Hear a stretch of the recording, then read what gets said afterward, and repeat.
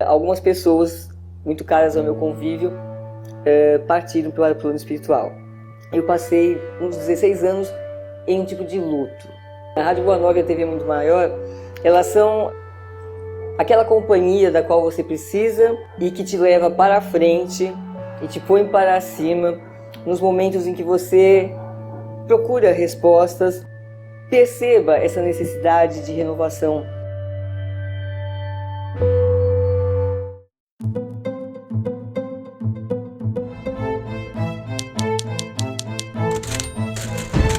Olá, amigos da TV Mundo Maior.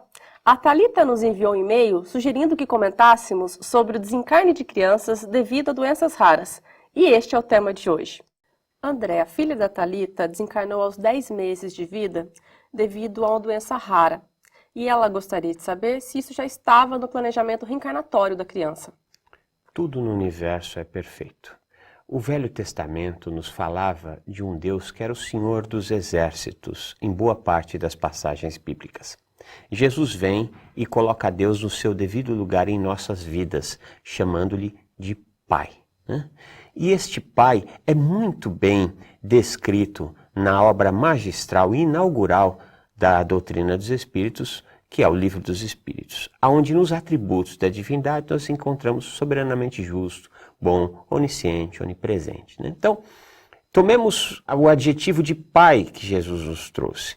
E esses atributos da divindade, então naturalmente nós compreenderemos que há um ser, uma força que está tomando conta do universo, ou seja, o universo tudo é perfeito. Mesmo o sofrimento, ele tem um objetivo de condução para a luz. A ciência terrena acredita que quando a doença nos visita, ela pode ser revertida, ela pode ser controlada ou ela levará a criatura à morte. E a ciência espírita dirá, no devido tempo, que a doença é um processo curativo. Nós tivemos dezenas, centenas, milhares de encarnações. E ao longo desse processo, algumas vezes, nós desestruturamos o nosso corpo espiritual. Então é necessário passar por um processo curativo que se dá por intermédio da doença. Então é assim que muitas vezes um espírito precisa de uma encarnação curta para poder se preparar melhor para que numa próxima existência ele tenha um corpo mais ajustado às suas necessidades. Daí que algumas vezes sequer o nascimento se dá. O espírito entra num processo de gestação, passa ali 3, 4, 5, 6, 7, 8, 9 meses, mas não chega a nascer. Neste processo de 6, 7, 8, 9 meses, quando o espírito começa a tomar contato com o projeto de corpo, né, que é o embrião, o perispírito nós aprendemos é um modelador, organizador biológico, né?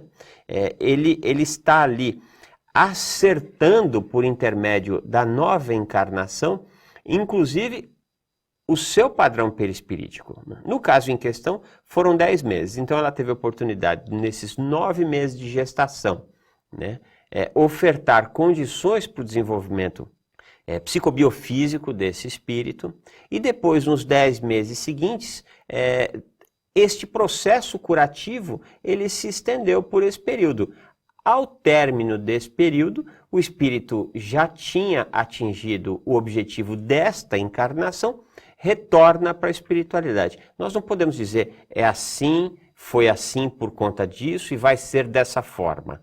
Seria leviano de nossa parte, isso se deu por conta disso. Mas de forma racional, nós podemos aventar uma das possibilidades de tal. Pode ser que este mesmo espírito volte a ser um filho, né, numa nova gestação, e aí sim, numa saúde física mais ajustada. Por que mais ajustada? Porque o conceito da Organização Mundial de Saúde sobre saúde plena é o bem-estar físico, social e espiritual pleno. Isso ninguém tem, né? Nenhum de nós tem isso. Nós somos seres em constante evolução, buscando essa saúde plena.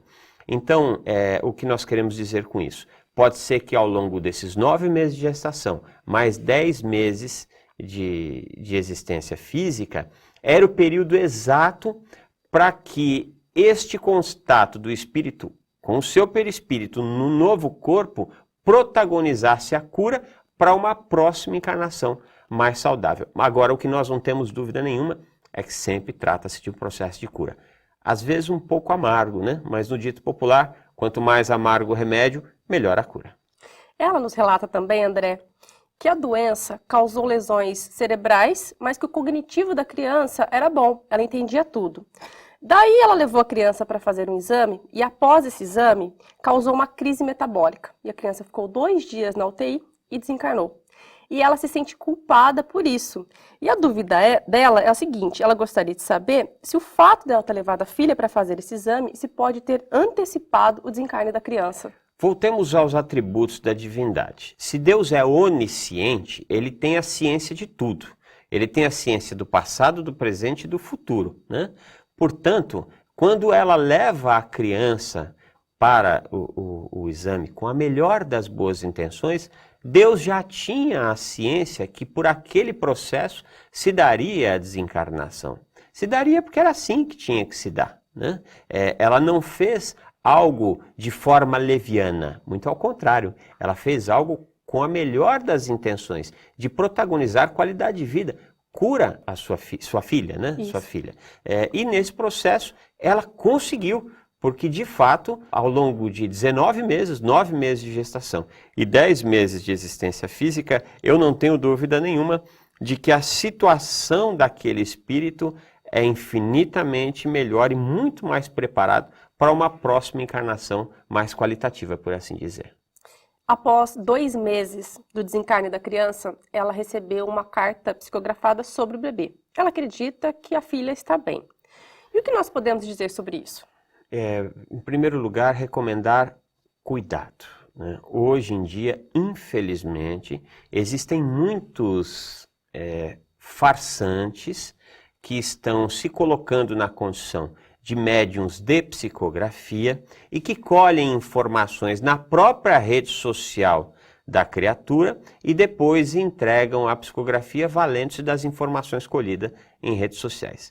Jesus nos fez um grande convite quando disse: reconhece-se a árvore pelos seus frutos. Eu não sei quem é o médium que ela procurou, quem é a casa espírita que ela procurou, mas examine. Quem é esta casa espírita? Quem é esse médium? Está realmente preocupado na melhoria da criatura humana, em trazer consolo às criaturas que estão em sofrimento, em levar informação através dos cursos da casa espírita, através da formação, através das palestras? É uma casa espírita, é um médium que está envolvido em ações de cunho social, de promoção social? Muito bem, se as respostas forem sim, sim, sim, é bem provável que a psicografia seja autêntica.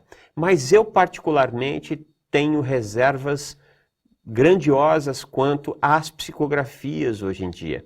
Acredito que no século XXI nós não necessitamos, boa parte de nós, não necessitamos mais delas. Evidente que há aquelas mãezinhas, aqueles paizinhos que estão em um sofrimento muito grande e que uma mensagem como essa pode trazer consolo, pode trazer paz a esta criatura. Mas em verdade, se nós compreendermos Deus como Pai, como soberanamente justo, bom, onisciente e onipresente, nós podemos estar em paz. Ainda que os nossos filhos não estejam ao nosso lado, né, eles estarão ao lado de quem é de fato Pai deles, que é Deus, nosso amado Pai. Então, nossa amiga pode ficar em paz, não precisa se sentir culpada pelo fato do desencarne da filha dela, ela pode permanecer em prece. Me chama um pouco a atenção esta culpa que ela alimenta em função deste caso em questão. Eu recomendaria que ela interrogasse o seu inconsciente, né? Se esta culpa está realmente fazendo mal a ela, que ela procure um psicólogo, um psicanalista, para que ela descubra em si própria a razão, aquilo que a coloca na condição de culpada, né? Se ela se examina o seu consciente e diz assim: eu fiz tudo o que estava ao meu alcance, e isso é muito interessante, tudo o que estava ao meu alcance. Nós nunca conseguiremos ser os pais perfeitos, as mães perfeitas, simplesmente porque nós não somos perfeitos, né? Mas se nós fizermos aquilo que estava ao nosso alcance e algo se deu no caminho que não estava do nosso controle, tenhamos paz em nossos corações, porque há um ser que Jesus nos ensinou a chamar de Pai, e este cara, este não falha, este é perfeito, e este vale-se das leis do universo, sempre com o objetivo de protagonizar o crescimento e a iluminação. Muito obrigada, André. Nós que agradecemos. E você, tem algum tema que gostaria que fosse comentado aqui no boletim? Então escreva para faleconosco@feal.com.br. Muito obrigada e até a próxima!